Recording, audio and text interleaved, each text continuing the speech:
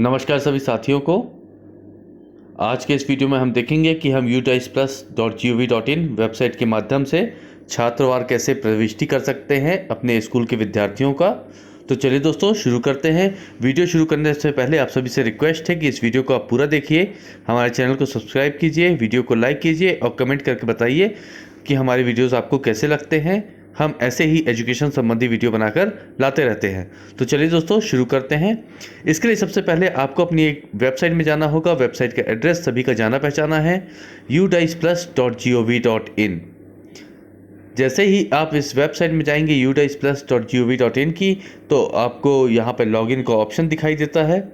इस login option में जाना होगा आपको, और लॉगिन ऑप्शन में जैसे ही आप जाएंगे तो स्टूडेंट मॉड्यूल आपको दिखाई देगा।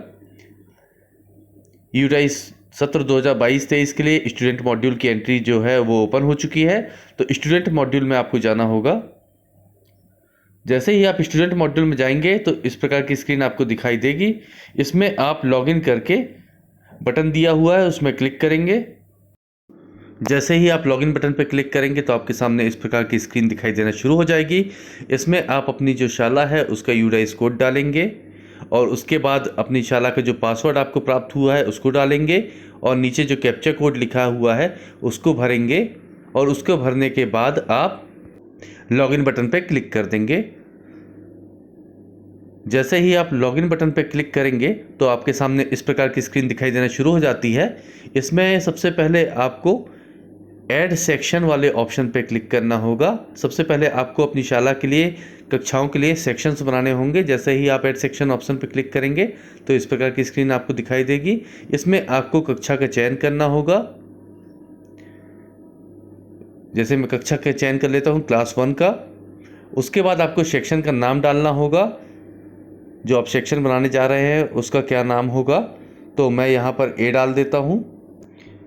सेक्शन का नाम डालने के बाद आपको मीडियम ऑफ इंस्ट्रक्शन सिलेक्ट करना होगा।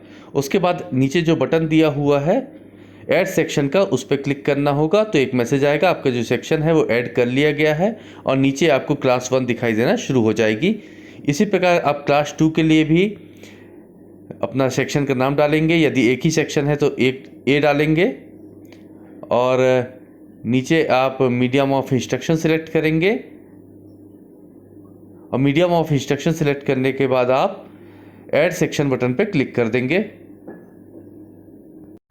तो नीचे जो क्लास 2 है उसका भी डिटेल आपको दिखाई देना शुरू हो जाएगा। क्लास 1 और क्लास 2 के लिए मैंने सेक्शन ऐड कर लिए हैं, तो यहाँ पर दिखना शुरू हो गया है क्लास 1 और क्लास 2।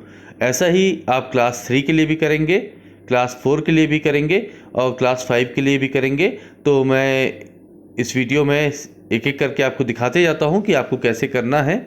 क्लास 3 के लिए मैंने किया सिलेक्ट, सेक्शन का नाम डाला सेक्शन ए, और उसमें मीडियम ऑफ इंस्ट्रक्शन सिलेक्ट किया हिंदी, और उसके बाद ऐड सेक्शन बटन पर क्लिक किया। तो नीचे आपको डिटेल दिखना शुरू हो गई क्लास 3 की, और क्लास 4 का भी कर देता हूँ इसी प्रकार।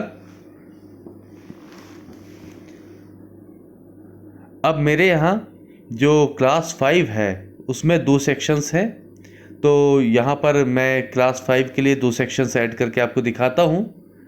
यहाँ पर सबसे पहले आप क्लास 5 सिलेक्ट कर लेता हूँ। उसके बाद सेक्शन का नाम डालेंगे। तो मेरे यहाँ 2 सेक्शन हैं, ए और बी। तो ए डालने के बाद मैंने मीडियम ऑफ इंस्ट्रक्शन सिलेक्ट किया। उसके बाद ऐड सेक्शन बटन पे क्लिक कर दिया, तो ये एक सेक्शन जुड़ गया। उसके बाद मुझे दोबारा यदि बी सेक्शन है तो उसके लिए फिर क्लास सिलेक्ट करनी होगी, सेक्शन का नाम डालना होगा, मीडियम ऑफ इंस्ट्रक्शन डालना होगा। उसके बाद ऐड सेक्शन बटन पर जैसे ही मैं क्लिक करूँगा तो ये नीचे देखिए क्लास V5 में ये 2 सेक्शंस मेरे को दिखाई देना शुरू हो गए हैं, क्लास सेक्शन ए और सेक्शन बी। तो इस प्रकार आप सबसे पहले सेक्शंस को ऐड कर लेंगे। उसको आप एक एक करके चेक भी कर सकते हैं कि आपने सेक्शन जो ऐड किए हैं। क्लास 1 पे क्लिक करेंगे तो आपको एक सेक्शन दिखाई देना शुरू हो जाएगा, सेक्शन ए। उसके बाद क्लास 2 पर भी आप देख सकते हैं, क्लास 3 पर भी देख सकते हैं, इसी प्रकार क्लास 4 पर भी देख सकते हैं। और क्लास 5 में जब हम क्लिक करेंगे तो हमको 2 सेक्शंस दिखाई देना शुरू हो जाएंगे। तो इस प्रकार आप सेक्शंस को अपने चेक कर लेंगे कि जो आपने सेक्शंस बनाए हैं वो सही हैं। और इसमें एडिट करने का और डिलीट करने का भी बटन दिया हुआ है। जो पहला सेक्शन है उसको आप डिलीट नहीं कर सकते, बाकी सेक्शंस को आप डिलीट कर सकते हैं। इसके बाद आपको स्कूल डैशबोर्ड जो बटन दिया हुआ है उस पर क्लिक करना होगा। जैसे ही आप उस पर क्लिक करेंगे तो नीचे आपको कक्षाओं का जो डिटेल्स है वो दिखाई देना शुरू हो जाएगा। जैसे आप देख सकते हैं क्लास 1 सेक्शन कितने हैं, बॉयज़ कितने हैं, गर्ल्स कितने हैं। तो जैसे जैसे आप एंट्री करते जाएंगे ये डिटेल्स बढ़ते जाएगा। इसमें आखिरी में एक बटन दिया हुआ है ऐड स्टूडेंट्स का। तो आप जैसे जैसे विद्यार्थी जोड़ेंगे तो रिपोर्ट्स बनती जाएगी। यहाँ पर सबसे पहले आपको विद्यार्थी जोड़ने के लिए ऐड स्टूडेंट बटन पर क्लिक करना होगा। ऐड स्टूडेंट जैसे ही आप करेंगे तो आपके सामने जो विद्यार्थी का प्रपत्र है वो इस प्रकार ओपन हो जाता है। इस प्रपत्र के डिटेल्स के बारे में मैंने पहले वीडियो बनाया हुआ है, आप उस वीडियो की सहायता से भी जान सकते हैं कि किस फील्ड को हमको कैसे भरना है। तो उस वीडियो का आप अवलोकन जरूर कर लेंगे, मैं आपको डिस्क्रिप्शन बॉक्स में लिंक दे देता हूं। तो यहाँ पर एक एक सेक्शंस आप भरते जाएंगे और नीचे सेव का बटन दबाते जाएंगे। इस प्रकार विद्यार्थी का जो डेटा है उसको भरने के लिए टोटल 4 सेक्शंस यहाँ पर दिए गए हैं। ये आप देख सकते हैं ऊपर 1 2 3 4। इन चारों सेक्शंस में आपको जानकारी प्रत्येक विद्यार्थी की भरना अनिवार्य है। पहले सेक्शन को भरे बिना आप दूसरे सेक्शन में जंप नहीं कर सकते।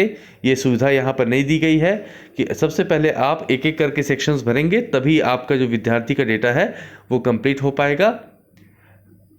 और अभी वर्तमान में एक्सेल की जो सुविधा है वो केवल 200 से अधिक दर्ज संख्या वाली जो शालाएँ हैं वहाँ पर दी गई हैं और भविष्य में इसमें सुधार होने की संभावना है या परिवर्तन होने की। पर वर्तमान में जिन शालाओं में 200 से अधिक दर्ज संख्या है केवल उन्हीं शालाओं को वो शाला एक्सेल के माध्यम से अपना जो छात्रों की जानकारी है उसको अपलोड कर सकेंगे। और वर्तमान में 200 से कम दर्ज संख्या वाली जो शालाएं हैं लास्ट ईयर जिनकी दर्ज संख्या 200 से कम थी उनको एक एक करके विद्यार्थियों की प्रविष्टि करनी होगी। तो आशा करता हूं ये वीडियो आपको पसंद आया होगा और काम का लगा होगा। यदि वीडियो पसंद आया है और काम का लगा है तो चैनल को सब्सक्राइब जरूर कर लीजिएगा, बेल आइकन को दबा दीजिएगा और हमको कमेंट करके बताइएगा यदि इस संबंध में आपकी कोई क्वेरी हमारे लिए है तो। धन्यवाद।